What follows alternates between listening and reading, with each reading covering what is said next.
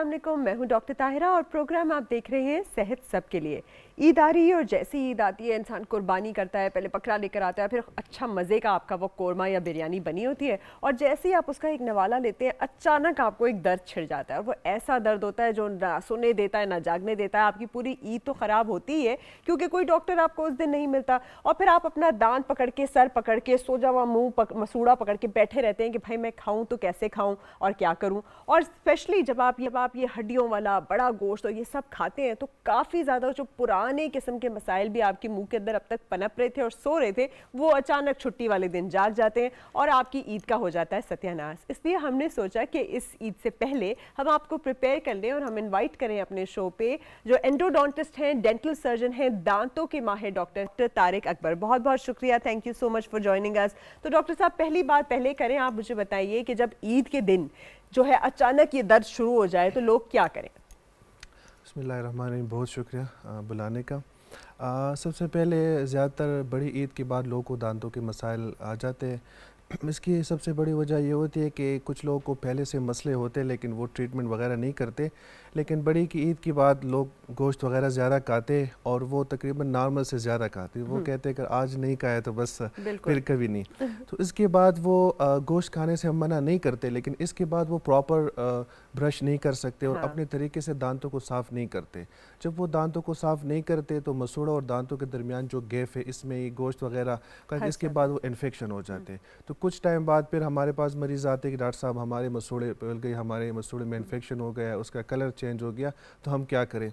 तो मेरे ख्याल में अगर ये लोग प्रॉपर ब्रश करें और सफाई का ख्याल रखें तो बड़ी हद तक ये दर्द कम हो सकता है। जब हम कहते हैं कि दांतों में कुछ फंस गया तो होता है कि हमारे यहाँ तो ये कॉन्सेप्ट है ना कि भाई आपने नाश्ते के बाद जो है वो ब्रश किया या फिर शाम रात को सोने के बाद किया, लेकिन वो जो खाने के बाद फ्लॉस या धागा लेके जो बीच की जगह है उनको साफ करने का कॉन्सेप्ट है कि भाई कहीं फंस गया है तो उसको निकाल दो या फिर अगर कोई कैविटी है तो उसको भरवा लो ताकि वहाँ जाके ना फंसे। तो इसका क्या कहेंगे आप कि ये फ्लॉसिंग का एक सही तरीका और फ्लॉस कहाँ से मिलता है, कौन सा धागा इस्तेमाल करना है और हर खाने के बाद इस्तेमाल करना? बात तो वही है कि सिर्फ दांतों को साफ नहीं रखना।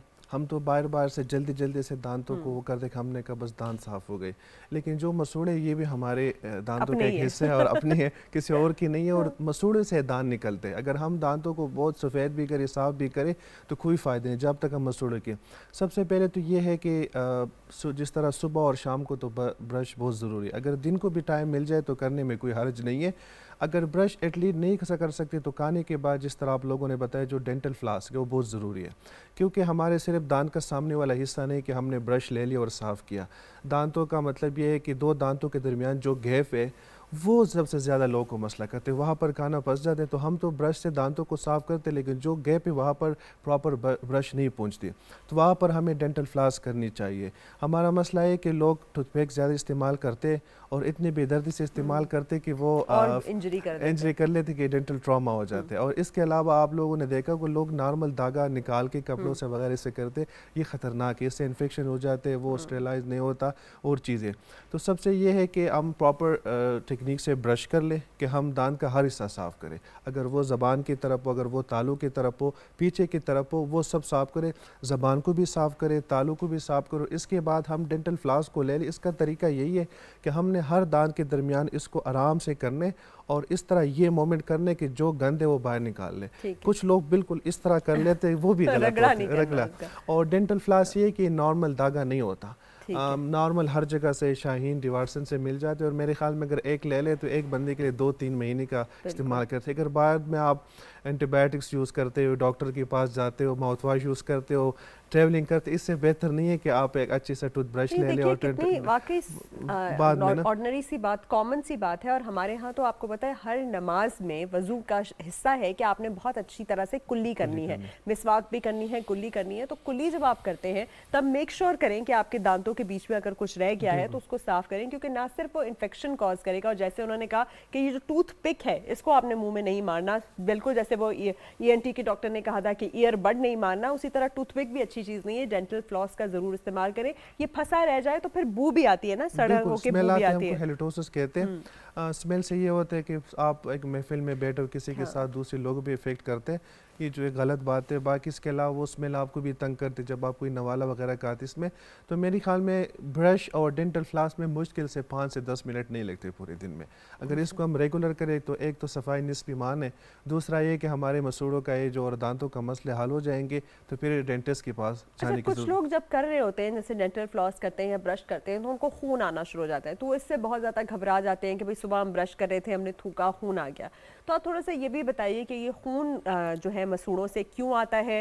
विटामिन सी की कमी हमने पढ़ा था, क्या वही रीज़न है और भी रीजंस है, और इससे हम कैसे बचा जा सकता है? सबसे जो आजकल हमारे माशरे में लोग के जो मसूड़ों से खून आते हैं उसको हम जिंजवाइटिस कहते हैं, वहाँ पर इन्फेक्शन हो। तो उसकी सबसे बड़ी बात यही है कि जो दांत और मसूड़ों के दरमियान जो स्पेसेस है वहाँ पर खाना फंस जाते हैं, और उस पे फिर जब 1-2 दिन रह जाते तो उसमें फिर ये है कि प्लॉक एंड कल्कुलस जो कि बैक्टीरिया होते हैं वो बन जाते हैं, और फिर वो अपना रिएक्शन करके तो इसके ऊपर फिर हम ब्रश करते हैं, लेकिन वो नीचे मसूड़ों की तरफ और जो दांत की जो जड़ें तो उनकी तरफ जाते हैं। फिर जब हम ब्रश करते तो वहाँ से खून आ जाते, तो उसको हम जिंजवाइटिस। इसके सबसे पहले तो ये है कि हम साल में 1 मरतबा प्रॉपर स्केलिंग और पॉलिशिंग कर लें। हमारा एक चीज़ मशहूर हो गया कि स्केलिंग से दांत कमज़ोर हो जाते हैं। बेसिकली दांत कमज़ोर नहीं होते, स्केलिंग से जो हम दांत और मसूड़ों के दरमियान जो एक हम इसको पॉकेट्स कहते हैं, लाइक जिस तरह हमारी पॉकेट्स हैं वो बन जाते हैं, वहाँ पर खाना फंस जाता है। हमने उस जगह को साफ़ करना है।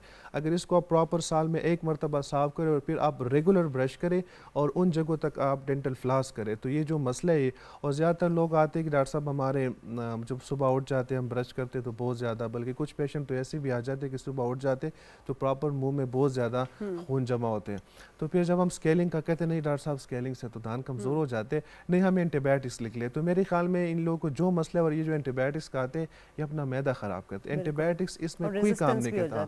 जब तक आप इसको साफ़ नहीं करेंगे, स्केलिंग नहीं करेंगे, इसके बाद ब्रश नहीं करेंगे, तो एंटीबायोटिक्स आप दिन में 10 भी खाए तो उसका कोई फ़ायदा आप बस सोचें ना कि आपके घर में कहीं कोने में गंद जमा हुआ हुआ है और उससे वो सड़े खाना वहाँ पे रह गया और वहाँ पे सड़ के जो है ना स्मेल आ रही है। अब आप उसके ऊपर जो है जाके फिनाइल डालते रहे, कोई फ़ायदा नहीं है आप जब तक उस जगह को साफ़ नहीं करेंगे। तो आपने उन सारी पॉकेट्स को, उन जगहों को साफ़ कराना है। लेकिन बहुत सारे लोग कहते हैं कि एक दफ़ा जब कराया तो सेंसिटिविटी हो जाती है कि ठंडा लगने लगता है, हवा लगने लगती है, मीठा लगने लगता है, जैसे कुछ खाया, ठंडा पानी पिया तो दांत में बजना शुरू हो जाते हैं। तो उस सेंसिटिविटी को फिर हमने कैसे डील करना है, ये जो हमारे टीथ अचानक बहुत ज़्यादा सेंसिटिव या हसास हो जाते हैं? असल में ये है कि सालों की जो सैंपल मैं कहूँगा, कैलकुलस गंद भी कहूँगा, जो सालों का जमा होते हैं दांत में, अगर वो साफ़ करे तो कुछ हफ्ते 1 दिन के लिए सेंसिटिविटी तो जाहिर सी बात है वो लगेंगी, लेकिन वो ऐसी सेंसिटिविटी नहीं होती कि हम बर्दाश्त है। इसके बाद अगर वो आप करेंगे तो एटलीस्ट 3 से 4 दिन सेंसिटिविटी इट्स नॉर्मल, क्योंकि बहुत सालों से उसने दांत को कवर किया था। आप उसको करेंगे तो दांत थोड़ा सा खाली भी हो जाएंगे और मरीज़ को लगता है कि वो दोबारा थोड़ा सा उसमें रिएक्शन हो के ठीक हो जाते। इसके लिए फिर हम मुख्तलिफ टूथपेस्ट का सहारा लेते, सेंसोडाइन हो गया, रैपिड एक्शन, वहाँ पर इसमें ये होता है कि वो हम यूज़ करके तो सेंसिटिविटी किसी हद तक जमा कर सकते, लेकिन 100% किसी टूथपेस्ट पर रिलाई करना ये भी ठीक नहीं है। तो मेरे ख्याल में स्केलिंग के बाद 1-2 दिन के लिए सेंसिटिविटी इट्स नॉर्मल, कोई परेशानी वाली बात नहीं। अच्छा, आपने बताया कि ये जो गैप्स हैं ये गैप्स हो जाती हैं ओवर टाइम, लेकिन कुछ लोगों के वैसे जनरली भी दांतों के बीच में गैप होती है, या फॉर सम ड्यू टू एक और डेंटिस्ट ने भी हमें बताया था कि क्योंकि हमारी ईटिंग हैबिट्स बड़ी चेंज हो गई हैं, अब हम स्मूथ से खाने खाते हैं, अब हम उस तरह के नट्स नहीं खाते, फ्रूट को पकड़ के नहीं खाते, तो हमारे दांत बड़े कमज़ोर से हो गए। तो ये जो गैप्स हो जाते हैं या दांत कमज़ोर हो जाते हैं, इसके लिए आप क्या डिवाइस करते हैं लोगों को? सबसे पहले तो ये है कि स्पेसिंग 2 किस्म के होते हैं। अगर 1-2 दांतों के दरमियान स्पेस होते, ज़्यादातर आजकल है लोग कि सामने वाले दांत में स्पेस, जिसको हम डायस्टीमा कहते हैं, 2 दांतों के दरमियान स्पेस होते। इससे फिर हम या तो बिल्डअप्स करते या हम उस पर क्राउन लगाते या वेनियर्स लगाते। एक होता है कि पूरे दांतों के दरमियान स्पेस को हम जर्नलाइज स्पेसिंग कहते हैं। ये ज़्यादातर लोगों में जर्नलाइज स्पेसिंग ये जेनेटिक होता है, मतलब इसकी फैमिली में पेरेंट्स वगैरह का होता है।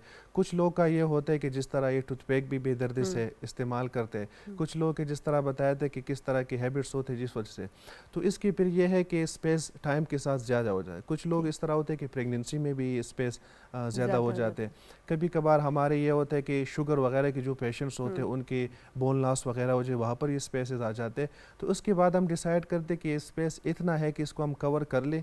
किस तरह कवर करें? हम फिलिंग से कवर करें, हम इसको क्राउन्स लगा लें, इसको हम वेनेयर्स लगा लें, और बाकी वही बात आ जाती है कि हम वही प्रिकॉशन देते हैं कि किस वजह से, अगर शुगर है तो हम शुगर कंट्रोल करें, ब्लड प्रेशर से वो कंट्रोल करें, या कोई विटामिन सी की कमी है, किसी और चीज़ की कमी है, तो उसको देख के फिर हम कर लेते अच्छा, हैं। जब हम न्यूट्रिएंट्स की बात करते हैं तो दांतों के लिए कौन से न्यूट्रिएंट्स अच्छे होते हैं? ये कैल्शियम अच्छा होता है या विटामिन सी आपने कहा अच्छा होता है? विटामिन सी तो हमें पता है किन चीज़ों में होता है, लेमन्स में, ऑरेंजेस में, इन सब में। तो और क्या क्या ज़रूरी होता है for the health of good teeth? सबसे पहले तो मेन कैल्शियम हो गया, हाँ, विटामिन सी हो गया, और इसके अलावा फ्लोराइड। ये फ्लोराइड। कुछ ऐसी चीज़ें जिसको हम रेगुलर यूज़ करें तो बड़ी हद तक हमारी, जिस तरह हम कुछ ऐसे इलाके में आप लोगों ने देखे वहाँ पर लोगों को जो है ना कैरीज की जो रेशो ज़्यादा होते हैं, तो वहाँ पर उनकी जो पानी होता है उसमें फ्लोराइड की कमी होती है। तो हम एडवाइस करते या तो फ्लोराइडेड कोई टेबलेट यूज़ करें, या टूथपेस्ट यूज़ करें, या हम इस तरह के उसको हम फ्लोराइड में, पानी में फ्लोराइड यूज़ करके वो कर लेते तो किसी हद तक। तो कुछ ऐसे मेन चीज़ें, विटामिन सी, कैल्शियम, फ्लोराइड, ऐसी चीज़ें जो मेन दांतों पे इफेक्ट करते हैं। अच्छा, और जो बच्चों के दांत हैं, बच्चों की जो डेंटिशन है कि बच्चों के दांत सही निकलें, चूसनी ना इस्तेमाल करें, हर वक्त फीडर ना इस्तेमाल करें या मुंह के अंदर उंगली ना डालें, और उसके बाद जब उनके दांत अगर फॉर एग्जांपल टेढ़े मेढ़े आ भी जाते हैं तो फिर उनके लिए कौन सी आइडियल एज है कि उसको हम सही अलाइन कराएं, ब्रेसेस लगवाएं? ब्रेसेस की केयर में क्या शामिल है ये सब? पहले तो यही है कि बच्चों के जो दांत होते जिसको हम डिसिडवस या मिल्क टीथ कहते हैं, वो तकरीबन आप समझे कि 3 मंथ से स्टार्ट होते हैं, आलमोस्ट 6 साल तक जाते हैं। 6 साल से फिर 12 साल के दरमियान इसको मिक्स्ड डेंटिशन कहते हैं। इसमें यह है कि दूध के दांत निकलते हैं और परमानेंट दांत आते हैं। तो सबसे पहले तो यही है कि ज़्यादातर बच्चों के जो दांत हैं वो टेढ़े होते हैं, लेकिन ये है कि 12 साल तक जो होते हैं इसको हम नहीं छेड़ते, कि इसको हम अगले डक्टिंग स्टेज कहते हैं। वो बुरे लगते हैं, ज़्यादातर स्पेशली गांव में लोग आते हैं कि डॉक्टर साहब ये दांत निकालने बुरे लगते हैं, क्योंकि वो इस तरह होते हैं कि जो हाँ क्राउड अप होते हैं, क्योंकि स्पेस कम होते हैं, दूध के दांत निकलते उसको जगह नहीं मिलते, तो कोई आगे पीछे आते। तो 12 साल से पहले डेंटल ब्रेसिस का जो है उसकी तरफ ना जाए, ना कोई एक्सट्रैक्शन करे। हमारा जो आजकल ज़्यादातर पेशेंट हमारे पास आते हैं उनके दांत थोड़े से भी वो टेढ़े हो जाते, तो वो एक्सरे के बगैर, स्पेशली डेंटल क्वेक्स वगैरह वो निकाल देते। जब बच्चे हमारे पास आते तो फिर कहते हैं तो परमानेंट दांत निकाल के, तो फिर हमें मजबूरन जो स्पेस रिटेनर है वो चीज़ें देनी पड़ती है ना। बाकी आपने कहा था कि कुछ बच्चों के आजकल जो कैरीज वगैरह होते हैं, ज़्यादातर बच्चों में बहुत ज़्यादा आजकल बच्चों के दांत ख़राब है, और फिर जब हमारे पास आते तो ऐसे स्टेज में आ जाते कि रोते, और फिर बच्चों को हम नॉर्मल एनेस्थीसिया में तो ट्रीट नहीं कर सकते, तो हमें मजबूरन जे की तरफ। इसकी सबसे जो बड़ी बात हो आजकल है बेबी बॉटल सिंड्रोम। हम रात को दूध दे देते हैं और दूध में हाँ, फिर हम क्या करते हैं, चीनी और रूह अफ़ज़ा, क्योंकि ऑलरेडी इसमें इतना दूध है कि वो करे, तो एटलीस्ट ये ना करे। और इसके बाद अगर आप दूध भी दें तो एक फीडर और ऐसा रखें जिसमें आप नॉर्मल पानी दे दें, ताकि एटलीस्ट जो दांत के ऊपर शुगर है, हाँ, वो के बैक्टीरिया को रिएक्शन करने का वो ना मिले। तो इन चीज़ों को हम करेंगे तो किसी हद तक हम कम कर सकते हैं। और ये जो बहुत ज़्यादा आजकल रुझान है कि बच्चे जो है ये जाके टॉफ़ियाँ, कैंडीज़, इस तरह की डाइज़ वाली चीज़ें, केमिकल वाली चीज़ें, एक तो कोला और कैंडी। अब ईद भी आ रही है, जैसी थोड़ी बहुत ईदी मिलती है जाते हैं और जाके ये ट्रैश लेना शुरू जाते हैं और फिर बहुत ज़्यादा इसी से अपना पेट भर लेते हैं। पेट भरना तो दूर की बात, अपने दांतों के अंदर इसको रिटेन करते हैं। तो थोड़ा सा बच्चों को भी बताइए कि वो फ्रूट्स और वेजिटेबल्स की तरफ, नट्स की तरफ, हड्डी की तरफ आएँ बजाय ये सब खाने के। मेरे ख्याल में बच्चे से ज़्यादा उनके पेरेंट्स को कहना चाहिए, वो जान बचाने के लिए पैसे दे दे के जाके कुछ ले ले। मेरे ख्याल में टाफिया वगैरह खा ले इस तरह, इसमें कोई वो नहीं है, लेकिन प्रॉपर इसके बाद ब्रश करे और इतना भी ना खाए कि वो करे। अगर कुछ हद तक तो हर बच्चा, लेकिन वही बात आ जाती है कि उनको अगर आप टाफी के लिए पैसे देते हो तो कम अज़ कम एटलीस्ट फिर आप उनकी ब्रश का भी ख्याल रखें, उनको 2 मिनट कह दे कि आपने ब्रश किया कि नहीं। बाकी फ्रूट्स वगैरह का इस्तेमाल करेंगे तो ये नहीं होगा कि बाद में बच्चों से ज़्यादा पेरेंट्स परेशान होते हैं, उधर बच्चे को दर्द होते हैं, उधर ज़्यादा पेरेंट्स को होते हैं कि उनको दर्द है ना। तो इन चीज़ से बचने के लिए थोड़ा सा टाफ़ी वगैरह से उनको दूर रखें, अगर दें भी तो एक कम लेवल पे दें। और दूसरा आप एक प्यारे प्यारे टूथब्रशेस आते हैं जिसके ऊपर स्पाइडरमैन बना हुआ है, आयरन मैन, फिर आपके फ्लेवर्ड टूथपेस्ट आते हैं जिसमें स्ट्रॉबेरी वाले, ऐसी चीजें करें और उसको एक फन एक्टिविटी बना लें आप यूट्यूब के ऊपर, इंटरेस्ट ले लें। हाँ, यूट्यूब के ऊपर सॉन्ग्स है बकायदा, लेट्स ब्रश आवर टीथ, ये वो आप वो लगा लें। बचाने के लिए बस पैसे देते जाओ, कुछ लेने ले ले और हाँ, ये तो है। ये तो आपने बात की ना। अब हम कह रहे थे कि आपने टाइम से टाइम, आपने कहा कि आपने डॉक्टर के पास जाना है, डेंटिस्ट से, आपने जो भी कहीं पे कीड़ा लगा हुआ है, कोई सुराख है, कैविटी है, उसे फिक्स करा लेना है ताकि आपको ऑल ऑफ अ सडन ये दर्द शुरू ना हो। लेकिन अगर दर्द छिड़ गया है, फॉर एग्जांपल ईद का दिन है और दर्द छिड़ चुका है, तो अब उसका इमीडिएट मेजर क्या है, क्या लेना चाहिए उनको कि उनका दर्द जो है वो तब तक सबसाइड कर जाए जब तक कि वो डॉक्टर के पास जाएं और सारा कुछ करें? कभी कभार ये है कि जो हमारे कैविटीज़ बने होते हैं, जो पुराने होते हैं, ऐसे नहीं कि एक दिन में बन गए, तो उसमें जब खाना ज़्यादा पच जाए या खाना खाने के बाद उसमें, तो एटलीस्ट ये है कि हम रेगुलर ब्रश करें, खाने के बाद उसको साफ़ करें इस कैविटी के। अगर वो कैविटी एटलीस्ट साफ़ हो जाए तो कम से कम ये है कि पेन किसी हद तक कम हो सकते हैं। लेकिन सिर्फ ये नहीं है कि कैविटी बनी है और हम ये इंतज़ार करें कि ब्रश करें। लेकिन अगर दर्द छिड़ जाए तो आपने ये करना है कि नमक वाले पानी से जो है ना अच्छी तरह से गर्म गरारे करें। और अब हम कॉलर की जाने पड़ते हैं, इसलिए आपको कट किया। जी अस्सलाम वालेकुम। वालेकुम सलाम जी, मैं काशिफ हमीद बात कर रहा हूँ गुजरावाला से। जी पूछिए प्लीज। अच्छा मैम, मैंने डॉक्टर साहब से ये पूछना था कि मेरी बेटी है 1 साल 8 महीने की, लेकिन उसके दांत नहीं आ रहे। एक दांत आया है उसका और बाकी दांत उसके ग्रो नहीं कर रहे। तो इसके लिए हम क्या करें? कोई मेडिसिन इस्तेमाल करें या क्या ट्रीटमेंट हो सकती है? जी, कोई और सवाल उनसे पूछना चाहेंगे? अच्छा, कितने साल की है? 1.5 साल की। एक साल 8 माह की। अच्छा, कोई बीमारी वगैरह तो नहीं है? कोई मेडिसिन वगैरह तो नहीं ले रहे? नहीं, कोई बीमारी नहीं है। तालू का मसला था उसका, लेकिन वो अब ट्रीटमेंट अल्हम्दुलिल्लाह हो गया है। बाकी कोई ऐसा बीमारी नहीं है। अच्छा, ठीक है। वैसे जिस तरह थैंक यू जी, बहुत शुक्रिया आप आंसर। वैसे नॉर्मली तो 4 मंथ्स में बच्चों के दांत निकलते हैं। ठीक है। पहले सामने वाले 2 हाँ। दांत निकलते हैं, फिर ऊपर वाले, इस तरह सीक्वेंस होते हैं। कभी कभार इस तरह कुछ लोग आते हैं कि जिस तरह आप कहते हैं कि 1.5 साल हाँ। तो बड़ी उम्र है, इसमें अभी तक नहीं निकले। अब उसकी मुख्तलिफ वजह हो सकती है। सबसे पहले तो हम उसकी OPG कर लें, एक्सरे कर दे के देख ले कि है कि नहीं है। क्योंकि लास्ट ईयर मेरे पास एक पेशेंट आए थे, उसकी उम्र थी 42 ईयर्स और उसकी दूध के दांत थे। सही है, 42 ईयर्स की थी, दूध के दांत थे। जब हमने एक्सरे किए तो उसकी परमानेंट दांत नहीं थे। अब किसी वजह से बंदा हिस्ट्री ले ले तो एटलीस्ट सबसे पहले तो यही है कि कोई मेडिसिन का इस्तेमाल ना करे। क्योंकि कभी कभार ये लोग कहते हैं ये मेडिसिन का यहाँ किसी चीज़ की कमी हो सकती है, अलग बात है, लेकिन एटलीस्ट डेंटिस्ट को दिखाए और उसके बाद OPG करे कि हम देख लें कि आया नीचे दांत है कि नहीं। अच्छा। इसके आने में कभी कभार ये होते हैं कि दांत यहाँ पर तक आते हैं लेकिन गम्स में उनको रेजिस्टेंस होते हैं, तो फिर वहाँ पर हम मामूली सी कट लगा के उनको एक थोड़ा सा वो एग्जिट दे, तो वो एक OPG कर ले और साथ में कोई डेंटिस्ट उसको दिखा ले, तो इंशाल्लाह अगर कोई और बीमारी नहीं है तो फिर हम देख लें कि क्या करना है। अच्छा, ये तो चले आपने अच्छा बताया, लेकिन कोई न्यूट्रिशनल डेफिशिएंसी भी हो सकती है जिसकी वजह से दांत ना निकले? जैसे फॉर एग्जांपल विटामिन डी की कमी से हमें हड्डियां टेढ़ी हो जाती है, रिकेट्स हो जाता है, तो does it have an effect on teeth as well? होता है उसमें? बिल्कुल। कोई इस तरह के, जिस तरह जब दांत हमारे बन जाते हैं, ऐसे स्टेज हो जाए जब दूध के दांत ये बर्ड स्टेज में होते हैं या फिर एडप्शन स्टेज में, तो वहाँ पर कोई चीज़ें कि जिस तरह विटामिन डी आपने कहा था, कैल्शियम भी हो सकते हैं, फोलिक एसिड की भी कुछ कमी है, उस ऐसी चीज़ें हैं ना जो बच्चों को नहीं मिल जाती, इस वजह से एरप्शन लेट हो जाता है। तो बेसिकली आप टेस्ट भी कराइए, उनका calcium, vitamin D, folic acid level भी चेक कराइए, उसके सप्लीमेंट्स भी साथ दीजिए और फिर जैसे डॉक्टर साहब ने कहा OPG करा के देखना है कि भाई आया रूट है भी कि नहीं है और उसको किसी इंटरवेंशन की ज़रूरत है कि नहीं है। अच्छा डॉक्टर साहब, अब हम आते हैं ये जो हम इंटरवेंशंस करते हैं, बेसिकली आप रूट कनाल करते हैं या कैविटी को भरते हैं, फिर कहते हैं जी हम क्राउन लगा रहे हैं, हम समझते हैं गोल्ड का ताज लग रहा है, हम किंग बन रहे हैं। थोड़ा सा इसको एक्सप्लेन करिए इन डिटेल कि क्यों ज़रूरी होता है रूट कनाल कराना, उसके क्या प्रिकॉशंस हैं, गलत जगह से कराने से किस तरह से हम इफ़ेक्ट हो सकते हैं, ये सारा कुछ। सबसे पहले ये कि हम आएंगे कि दांत की जो 3 पार्ट्स होते हैं मेन। सबसे पहले हम जो सुपरफिशियल उसको हम कहते हैं एनेमल, फिर डेंटिन और उसके बाद आपकी रूट्स या वो आ जाती है सीमेंटम। तो सबसे पहले अगर हमारे सुपरफिशियल पार्ट में अगर आपकी कोई कैरीज आ जाए तो वो अरेस्टेड कैरी भी हो सकती है। अगर हम उसको ब्रश प्रॉपर करें सफाई तो वो नीचे प्रोग्रेस नहीं करते। अगर इस स्टेज पे आ जाए तो हम उसको सिंपल फिलिंग करेंगे तो आपका वहाँ पर वो रुक गया, कोई मसला नहीं है।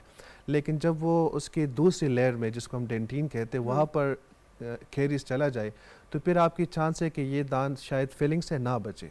इसमें अटेम्प्ट फिलिंग करते और कभी कभार ये होता है कि मरीज़ को ठंडा गर्म और दर्द स्टार्ट होते, फिर हम मजबूरन किस तरफ जाना पड़ता है? Root canal. Root canal basically ये होती है कि जो हमारा इन्फेक्शन है, जो हमारे बैक्टीरिया है, जो कैरीज है, वो हमारे दांत की 2nd और 3rd लेयर में पहुंच जाती है, जहाँ पर हमारे दांत के नर्व्स और ब्लड सप्लाई होते हैं। जब वहाँ तक पहुँच जाते तो फिर हम फिलिंग नहीं करते। फिर हमने बेसिकली इस तरह करना होता है कि हम एनेस्थीसिया देखने के बाद वहाँ पर जो ब्लड सप्लाई उसको बॉडी के साथ ख़त्म कर लेते, उसको साफ कर देते, फिर हम उस जड़ों में फिलिंग करते और उसके ऊपर हम दांत में, फिर ये दांत हमारे मुंह में होते हैं लेकिन उसका कनेक्शन नहीं होता। सही है, इसका उसके बाद हम फिलिंग करते, फिलिंग के बाद ये दांत डेड हो जाते तो ये चांसेस है कि इसमें फ्रैक्चर का ख़तरा होता है। तो फिर हम पेशेंट को एडवाइस करते हैं कि आप एटलीस्ट 2 वीक्स बाद, बहुत ज़्यादा करके महीने बाद इस पर क्या करें, क्राउन करें। क्राउन हम इसलिए करते हैं कि दांत डेड हो गया, वहाँ पर ब्लड सप्लाई, नर्व सप्लाई ख़त्म हो गई, तो उसमें फ्रैक्चर की चांसेस ज़्यादा है। तो हम ये इसके ऊपर क्राउन इसलिए लगाते हैं कि उसको एक एक्स्ट्रा सपोर्ट मिल जाए। अगर ये क्राउन नहीं लगाएंगे तो कुछ टाइम तक तो ये दांत चलेगा, दर्द तो नहीं होगा, लेकिन हम खाने के बाद ठक की आवाज़ आए और फ्रैक्चर हो जाएगा ना। अब ये बात आ जाए कि आरसीटी हर बंदे के बस की बात नहीं है, क्योंकि कुछ लोग कहते हैं हमने आरसीटी जस्ट ये नहीं कि बस दान में एक होल कर देंगे, क्योंकि हमने सबसे पहले एक्सरे देखने हैं, फिर इसके बाद हमने पेशेंट को देखने कि उसकी रूट्स किस एंगुलेटेड है, इसके बाद हमने हर एंगल से उसको साफ़ करना है, और फिर हमने इस तरह करना है कि हमारे कोई रूट परपोरेट ना हो जाए, कोई रूट फ्रैक्चर ना हो जाए, हमारी जो फाइल है, हम इंस्ट्रूमेंट है, वो बोन की तरफ ना जाए, प्रॉपर जब वो करें, और हर स्टेप पे हम एक्सरे करते हैं। इसके बाद और जब पेशेंट हमारे पास आते पेन के साथ, और जब पेशेंट से हम पूछ लेंगे कि आपका दर्द, ये नॉर्मली रूट केनाल हम 2 से 3 विजिट में करते हैं, जब इन्फेक्शन ना हो तो सिंगल विजिट में भी करते हैं। इसके बाद जब पेशेंट को दर्द ख़त्म हो जाए, इसकी बड़ी साइन ये कि हमारी आरसीटी ठीक है। आरसीटी इसके बाद हम चेक करते हैं और हम फिर 2 वीक्स का गैप देते हैं, इसलिए देते हैं कि अल्लाह ना करे आरसीटी में कोई री इन्फेक्शन हो जाए तो हम दोबारा। इसके बाद क्राउन, हमारे पास लोग आते हैं बस सुपरफिशियली ड्रिल करने के बाद दवाई डालते, डॉक्टर साहब उसने रूट केनाल तो इतने पैसों के कि आप इतने के करते हैं, तो वो रूट केनाल के बाद वो दान निकाल देते हैं, तकलीफ गुजार लेते हैं, वहाँ पर फिर आर्टिफिशियल दान रखते हैं, वो खर्चा फिर डबल और ट्रिपल हो जाते हैं। लेकिन इनिशियली तो मैं ये रिक्वेस्ट करूँगा कि एटलीस्ट लोग क्वेक्स की तरफ ना जाए, अगर आरसीटी वगैरह ने तो प्रॉपर डेंटिस्ट। देखिए, इसलिए जब भी आपको कोई डेंटिस्ट बार बार एक्सरे का कहे या बार बार कहे कि मेरे पास आना है, इतने गैप के बाद आना है, तो आपने ये नहीं सोचना कि कोई पैसे बनाने का हरबा है या हमसे कोई पैसे बटोरना चाह रहा है इसलिए बार बार बुला रहा है। ये एक प्रोसीजर है, एक प्रोसेस है, एक स्टैंडर्ड प्रोसीजर को आप फॉलो करेंगे तो आपका दांत जो है अंदर से जड़ से सही होगा। क्योंकि जैसे वो बता रहे हैं कि अगर आपकी जड़ तक कोई चीज़ पहुंच गई है तो उसको जाके निकालना या ठीक करना बड़ा ही ज़रूरी है, और उसको वैसे ही बीच में नहीं छोड़ देना, उसको पूरा इख्तिताम तक लेकर आना है। और ना सिर्फ ये, जब आप क्वैक से या इधर उधर से कराते हैं तो जो दांत का कनेक्शन होता है वो डायरेक्टली जो जरासीम जाते हैं वो आपके हार्ट में जा सकते हैं, दिल में जाके एंडोकार्डाइटिस कर सकते हैं, बल्कि स्टडीज़ भी हैं कि आप ब्रेस्ट कैंसर तक के उन्होंने रूट्स जो हैं वो देखे हैं कि वो एक्चुअली दांत से हुआ। उसी तरह से दांत से कोई भी चीज़ किसी भी तरफ, किसी भी, आपको पता है हर तरफ से कनेक्शन है, वो जा सकती है और आपको इफेक्ट कर सकती है। सो मच सो के कई केसेस में ब्लाइंडनेस या अंधापन भी सिर्फ एक रूट कैनाल के बाद हुआ। तो ऐसे हमने क्वैक के पास नहीं जाना। अब डॉक्टर साहब, हमने बहुत ज़्यादा टूथ एक की बात भी कर ली, दांतों के दर्द की भी बात कर ली, मसूड़ों की हेल्थ की भी आपने बात करी। आप मुझे बताइए, जो लोग इस्तेमाल करते हैं पान, गुटखा, सुपारी, अपने मुंह में नस्वार रखते हैं और स्मोकिंग करते हैं, उनका दांतों और उनकी ओरल कैविटी पे क्या असर होता है? सबसे पहले ये कि ये चीज़ें जो पान, नस्वार और स्मोकिंग वगैरह, इन लोगों में और नॉर्मल जो लोग नहीं करते, तकरीबन 25% ज़्यादा चांसेस है कि उन लोगों को ओरल कैंसर लग जाए। और हमारे पाकिस्तान में सबसे बहुत ज़्यादा ब्रेस्ट कैंसर के बाद जो दूसरे नंबर पे वो ओरल कैंसर है, और वो ऐसे स्टेज पे जब हमारे पास आ जाते हैं कि वो बिल्कुल एंड स्टेज हो जाते हैं। इस स्टेज पे हम फिर मजबूरन हम तो ट्रीटमेंट कर लेते, लेकिन सर्वाइवल रेट बहुत कम होते हैं। तो सबसे पहले तो यही है कि इन लोगों को एटलीस्ट, कारण कि स्मोकिंग वगैरह, सिगरेट के डब्बे पे बड़ा बड़ा लिखा होता है कि मुंह का कैंसर, और नस्वार वगैरह ना, हमें लोगों को लगते नहीं डॉक्टर साहब कुछ नहीं होता, बस जिसने मरना है मरने, ये गलत बात है। हाँ। क्योंकि 25% बहुत बड़ी चीज़ है कि इसमें आपको ओरल कैंसर के चांसेस होते हैं। और जब ये नस्वार वाले पेशेंट हमारे पास आ जाते हैं, वो इतने सीवियर स्टेज में हो जाते हैं कि फिर हमें मजबूरन सर्जरी की तरफ करने पड़ेंगे। तो जब कभी मुंह में आपके ऐसे छाले या कोई ऐसे अल्सर वगैरह बन जाए जो बहुत ज़्यादा, मतलब ये कि वीक बार ठीक ना हो जाए या कोई, तो फिर आप डेंटिस्ट के पास रुजू कर लें, क्योंकि ये साइन है कि आपके इनिशियल ओरल कैंसर की तरफ वो चीज़ है। तो अगर इस तरह है कि कोई ज़ख़म वगैरह बन जाए और वो हफ्ते 2 में ठीक ना हो जाए, तो हम ज़रूरी नहीं है अल्लाह ना करे कोई कैंसर हो, लेकिन डेंटिस्ट को दिखाए, क्योंकि ये ओरल कैंसर की वही अलामात है जो इनिशियल स्टाज होते हैं। और स्पेशली जो लोग ये नस्वार और गुटखा ये चीज़ें यूज़ करते हैं, अगर उसको इस तरह की कोई अलामात आ जाए तो इनिशियल स्टेज पे वो डेंटिस्ट के पास जाए कि कम से कम हम स्टार्टिंग से उसका इलाज स्टार्ट के बजाय कि फिर हम सर्जरी की तरफ जाए। और सर्जरी में, ओरल कैंसर में सर्जरी के बाद सर्वाइवल रेट बहुत ज़्यादा कम होते हैं। मतलब ऐसा समझे कि बस हम मरीज़ को कहते हैं कि बस आप थोड़ा सा ही टाइम है ना, तो अगर अल्लाह ने अच्छी सी ज़िंदगी दी तो इन चीज़ों को कम करे, एटलीस्ट यूज़ ना करें और वक्त पे एटलीस्ट डॉक्टर को दिखाएं। अच्छा, जो मुंह में छाले हो जाते हैं, कई लोगों को ओरल कैंसर तो नहीं होता, लेकिन उनको रिपीटेडली मुंह के अंदर छाले होते हैं या उनके मसूड़े सूज जाते हैं, या मसूड़े बहुत ज़्यादा काले होते हैं या दर्द कर रहे होते हैं, उनका क्या है? जिंजवाइटिस, जो ये वाला जिंजवाइटिस जो बहुत ही क्रॉनिक सा रहता है उन्हें। जिंजवाइटिस तो वही बात आ जाए कि सिंपल तो ओरल हाइजीन का ख्याल नहीं अच्छा। रखते, फॉल्टी ब्रशिंग टेक्निक्स हो गया। जिंजवाइटिस प्रेगनेंसी में फीमेल्स को भी आ जाते। कुछ मेडिसिन है जिस तरह एंड्रॉल है, बीटा ब्लॉकर, अच्छा, बीटा। इसकी वजह से भी है। कुछ एंटीबायोटिक्स है, इनकी वजह से भी जिंजवाइटिस ठीक हो है। जाते। कुछ लोग इस तरह है कि वो टूथपेक करने के बाद ट्रॉमा हो जाते और फिर जिंजवाइटिस हो जाते। कुछ लोग बहुत ज़्यादा गर्म चाय इस्तेमाल करते, गर्म खुराक, इसकी वजह से भी ओरल अल्सर बन जाते। कुछ लोग बहुत ज़्यादा मिर्ची इस्तेमाल करते, उसकी वजह से भी अल्सर बन जाते।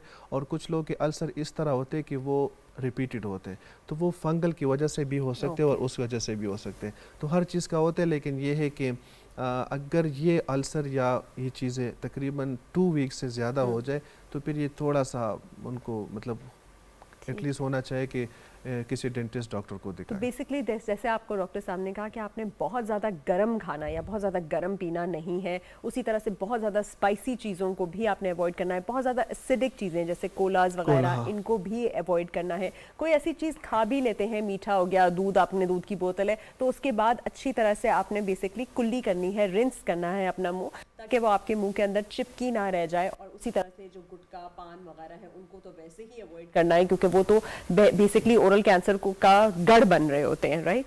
अच्छा डॉक्टर साहब, अब हमने बात की थी जैसे रूट कनाल की बात कर ली हमने, वो सारा। अब हम थोड़ा सा बात करते हैं ये जो ऑर्थोडोंटिक्स होते हैं, जो आजकल कह रहे हैं कि भाई हम पूरा का पूरा उसका $1,000,000 स्माइल या हॉलीवुड स्माइल की जो हम बात कर रहे थे, जो अपीयरेंस वाइज कॉस्मेटिक डेंटिस्ट्री में जो आता है कि वाइट स्माइल वाइट भी हो और अलाइंड भी हो और परफेक्ट सी हो, तो उसका क्या है मतलब कौन कैंडिडेट होता है, सेफ है नहीं है, करनी चाहिए, व्हाट इज इट? सबसे पहले तो ये है कि हम जब कोई भी नेचर को डिस्टर्ब करते तो उसके नुकसान तो होते हैं। हाँ। वो बेशक जिस तरह भी हो, कुछ टाइम के लिए फ़ायदा भी है लेकिन नुकसान भी होते हैं।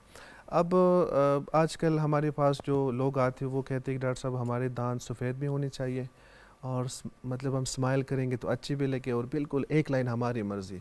तो ज़्यादातर लोग के तो दांत बिल्कुल ठीक होते हैं, लेकिन कुछ लोग के इस तरह होते हैं कि जब वो कहते हैं कि हमें अपने दांत से थोड़ा सा इशू, जब हम स्माइल करते हैं तो हमारे दांत बिल्कुल अलाइन नहीं है, मतलब ये है कि थोड़े से चौड़े इस तरह की ना। तो कभी कभार हम जो हमारी स्माइल है उसको हम एक्स्ट्रा मतलब अच्छे स्माइल करने के लिए हम कोई आर्टिफिशियल चीज़ों का सहारा लेते हैं, उसको हम कहते हैं Hollywood smile. Hollywood smile basically ये होता है कि हम अपनी मर्ज़ी की स्माइल बनाते हैं। इस पे हमने दांतों की 1 mm जो सुपरफिशियल लेयर्स है उसको काट देते और उसके बाद हम ईमेक्स और ज़रकून एक मटेरियल है उसके हम थोड़े थोड़े से छोटे छोटे उसके ऊपर क्राउन्स लगाते हैं जो सिर्फ इस साइड पे। तो वो इस तरह होते कि वो कलर भी चेंज नहीं करते, हमारी मर्ज़ी के मुताबिक होते हैं और जब वो पेशेंट स्माइल करते तो वो बिल्कुल वाइट भी हो जाते, तो खुश हो जाते।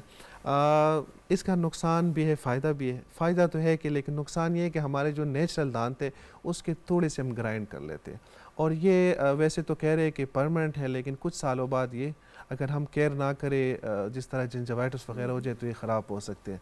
तो मेरे ख्याल में जिन लोगों को ज़रूरत है वो करे, बाकी जिनको नहीं है तो मैं पर्सनली इस चीज़ को एडवाइस नहीं करता, क्योंकि नेचर को आप डिस्टर्ब करेंगे तो मसला हो जाता है। Thank you so much. इस पे लेंगे हम एक छोटा सा ब्रेक और हाजिर होते हैं बाद।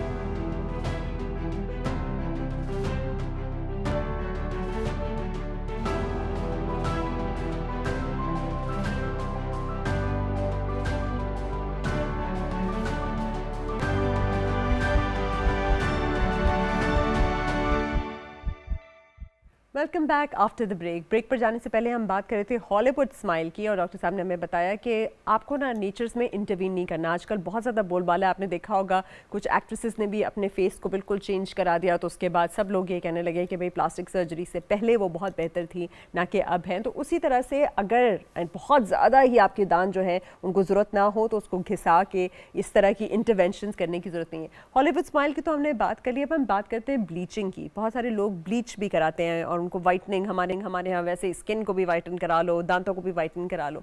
तो ये जो ब्लीचिंग होती है ये कितनी सही होती है या नहीं होती?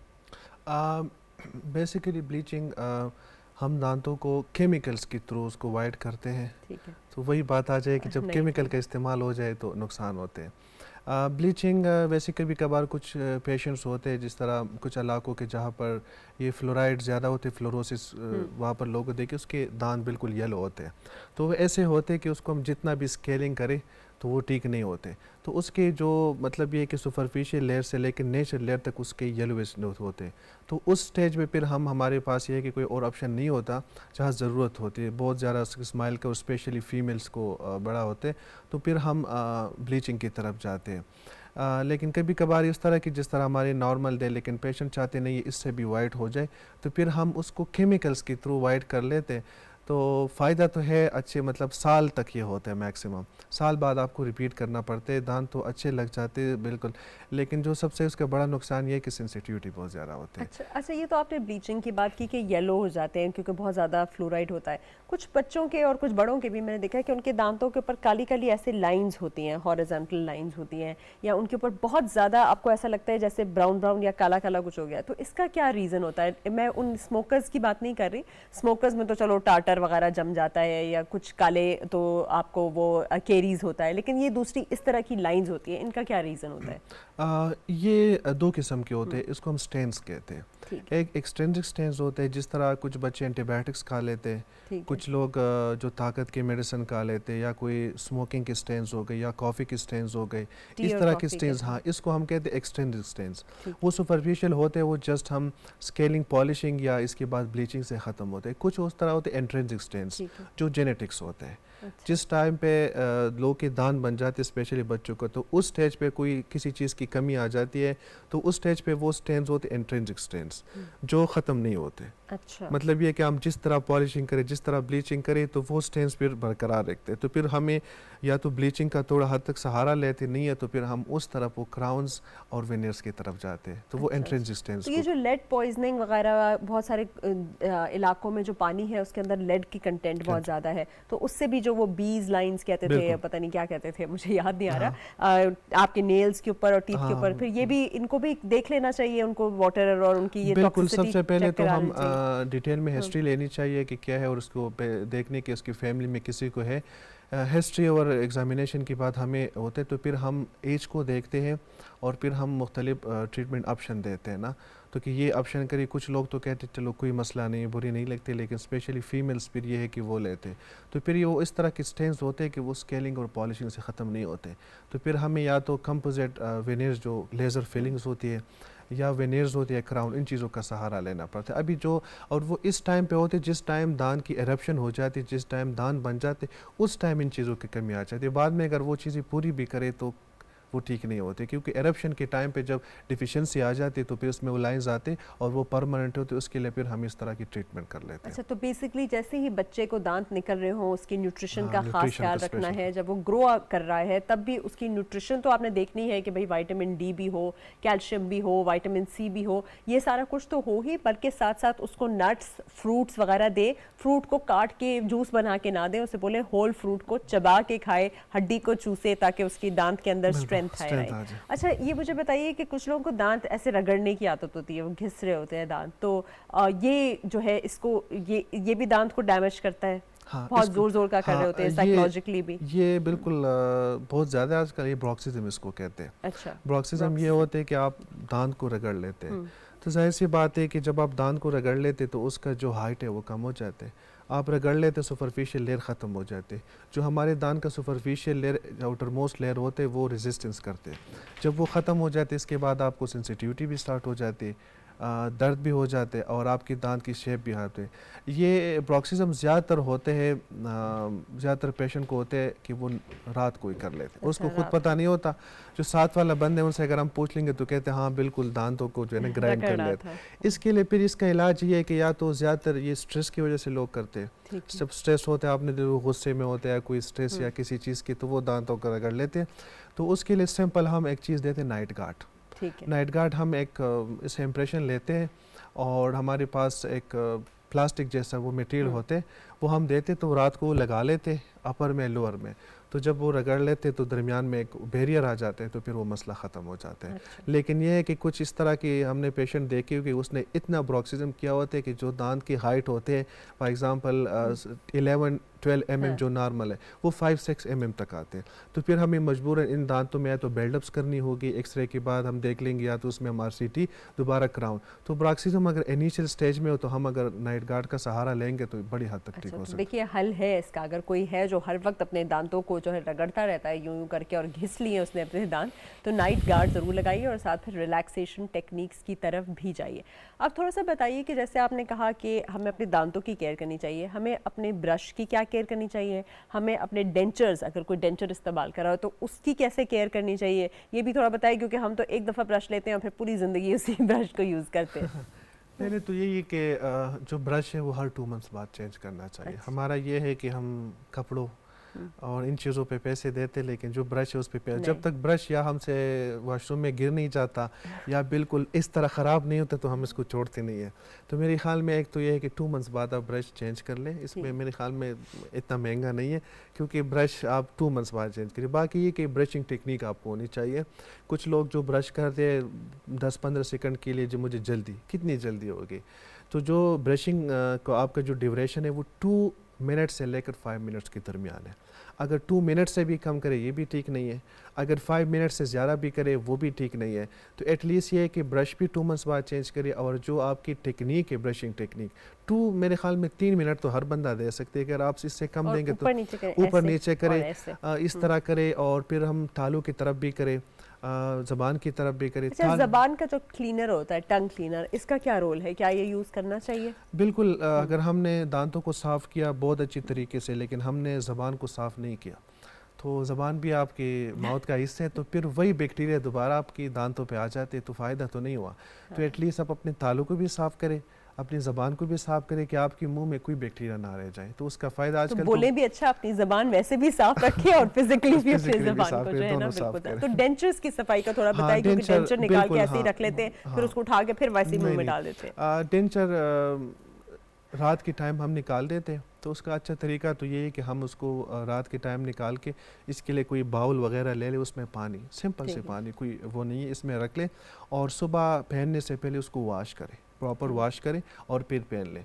इस तरह निकाल के चारपाई पे रखना है, किसी टेबल पे रखना है, पास रखना है। इस पे ये है कि उल्टा आपको इन्फेक्शन हो सकते हैं, फंगल इन्फेक्शन हो सकते हैं, बैक्टीरियल इन्फेक्शन हो सकती है। और इसके लिए फिर कुछ टेबलेट्स मिल जाते हैं जो हम रात को उसको किसी बाउल वगैरह में रख ले, तो एक टेबलेट मिल जाती है, वो हम डाल देते, तो वो डिस्पर्स होके तो फिर वो एक किस्म की क्लीनर होते हैं। तो उनसे ये होता है कि जो डेंचर के ऊपर कोई फंगल है या कोई बैक्टीरिया है, कोई और चीज़ें उससे साफ़ होते हैं, और सुबह उसको हम साफ़ करके लगा लें।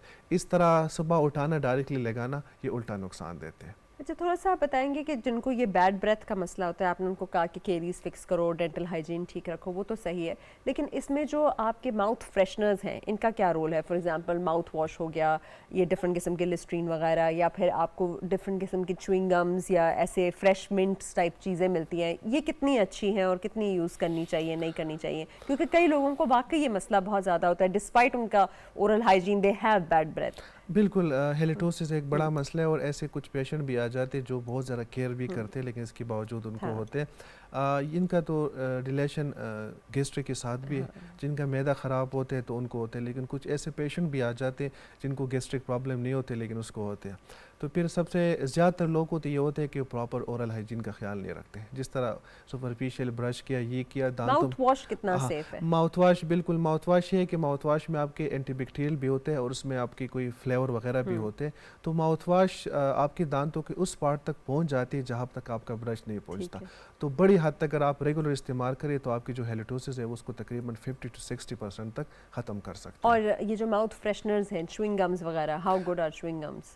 ये भी किसी हद तक ठीक है, लेकिन ये है कि माउथ वॉश इनसे बेहतर है। माउथ वॉश इनसे बेहतर है। और वैसे अगर आप नेचुरल किस्म की उस पर जाना चाहें तो पुदीना या सौंफ जो है वो बड़े ही अच्छे होते हैं। आप जैसे ही खाना खाते हैं उसके बाद आपने पुदीना या सौंफ, और ये हैरत की बात है कि हमारे तो मजहब में ये है, हमारे रसूल पाक सल्लल्लाहु अलैहि वसल्लम ने भी कहा कि आप नमाज पर जाने से पहले प्याज ना खाएं, आप क्योंकि किसी और को बू ना आए, आप जो है बिल्कुल कुल्ली करें और मिसवाक का इस्तेमाल करें, और कुछ नहीं तो मिसवाक आपने ज़रूर यूज़ करनी है। लेकिन हम बिल्कुल इन चीज़ों की तरफ बिल्कुल ही जो है इनसे कि और लोगों को बड़ी तकलीफ और पैगम्बर सलाम ने भी मना किया इन लोगों से ना, तो मेरे ख्याल में ऐसे कुछ माउथ वाश वगैरह इन चीज़ों का इस्तेमाल करें, स्पेशली जब आप किसी मस्जिद में जाते हो या कोई गैदरिंग में, कि एटलीस्ट किसी और बंदे को तकलीफ ना पहुँचे।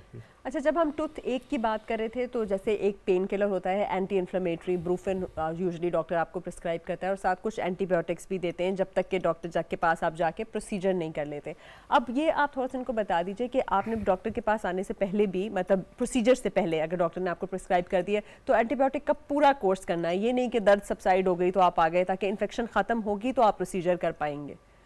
सबसे पहले तो ये है कि एंटीबायोटिक्स के बारे में सेल्फ मेडिकेशन हमारे माशरे में बहुत ज़्यादा है। हमारे पास लोग आते, डॉक्टर साहब मैंने एंटीबायोटिक्स ली, किसने लिखा? मैंने खुद ली है। तो पहले तो ये है कि इस तरह नहीं लेनी चाहिए, क्योंकि हमारे पास स्पेशली मैं जाऊँगा जो प्रेगनेंसी में फ़ीमेल्स आते, एंटीबायोटिक्स वगैरह तो हम नहीं देते, इतने हैवी डोज एंटीबायोटिक्स लेते कि उसका नुकसान होता है। दूसरा ये है कि एंटीबायोटिक्स का ये मतलब नहीं कि हमने बस गोली खाई नहीं और हम 5 मिनट में खाएं। एंटीबायोटिक्स का अपने एक होते हैं, हाफ लाइफ होते हैं उसका अपने। और दूसरी बात है कि एंटीबायोटिक्स को अगर आप दरमियान में छोड़ दें, आपका दर्द ख़त्म हो जाए, ये और नुकसानदेह, रेजिस्टेंट हो जाएंगे, कोई और ग्रुप स्टार्ट करेंगे इस तरह। तो मेरे ख्याल में पहले तो सेल्फ मेडिकेशन ना करें। दूसरे, अगर डॉक्टर आपको प्रिस्क्राइब करे जितनी डेज के लिए वो कहते हैं इतना करें, अपनी मर्जी से ये ना कि जी डॉक्टर साहब मैं ठीक होगा तो मैंने 5 गोली और ले ली, ये नुकसान देते हैं ना, तो दरमियान में ना छोड़ दे। और दूसरी बात ये कि हम कोशिश करेंगे कि हम नीचे से स्टार्ट कर लें, बहुत हाई डोज ना दें, क्योंकि अगर हमने high dose next time period से उससे एक्स्ट्रा देने। हाँ, कुछ लोग दांत के दर्द में इंजेक्शन लगाते यूरिन वगैरह की, तो इन चीज़ों से प्लीज़ इसको अवॉइड करें कि वो आखिरी स्टेज होते हैं। क्योंकि फिर ये है कि उस पर पेन किलर वगैरह असर नहीं करते, तो इन चीज़ों से बिल्कुल अवॉइड करें।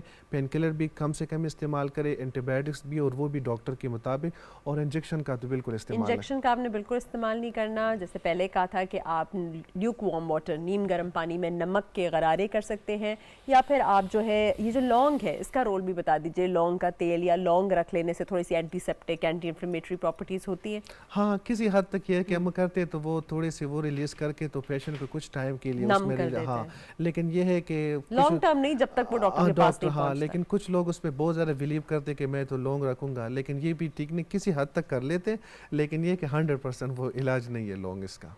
अच्छा, आप कुछ मैसेज देना चाहते हैं अपने हमारे व्यूअर्स को ओवरऑल डेंटिस्ट के हवाले से, डेंटल विजिट्स के हवाले से, क्योंकि बहुत लोग जो है वो कतराते हैं इस पे जाने से ना, कि भाई डेंटिस्ट के पास जाएंगे खर्चा हो जाएगा, उसके बाद वो बार बार बुलाएगा। तो थोड़ा सा एक प्लान बताइए कि भाई बच्चे हों या बड़े, उनको कितना फ्रीक्वेंटली जाना चाहिए, कौन से प्रोसीजर्स हैं जो करवाने चाहिए, कौन से नहीं कराने चाहिए, and how important is a dentist visit for a patient.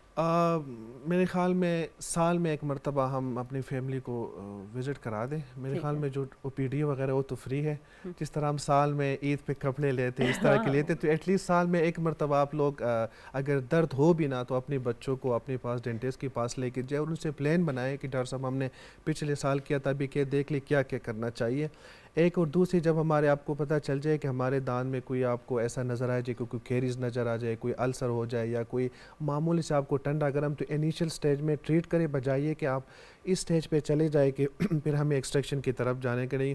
Special बच्चों को ब्रश का जो हैबिट है उसको हम पेरेंट्स को चाहिए कि 2 साल तक वो करवा लें, 3 साल के बाद बच्चे खुद करें अपने साथ, उसको खड़ा करके वो सीख लें। मीठा वगैरह, कार्बोहाइड्रेट ड्रिंक्स, इन चीज़ों को थोड़ा सा अवॉइड करें। और मेरे ख्याल में कुछ दांतों पे पैसे लगाएं, क्योंकि ये भी इस सेहत का हिस्सा है।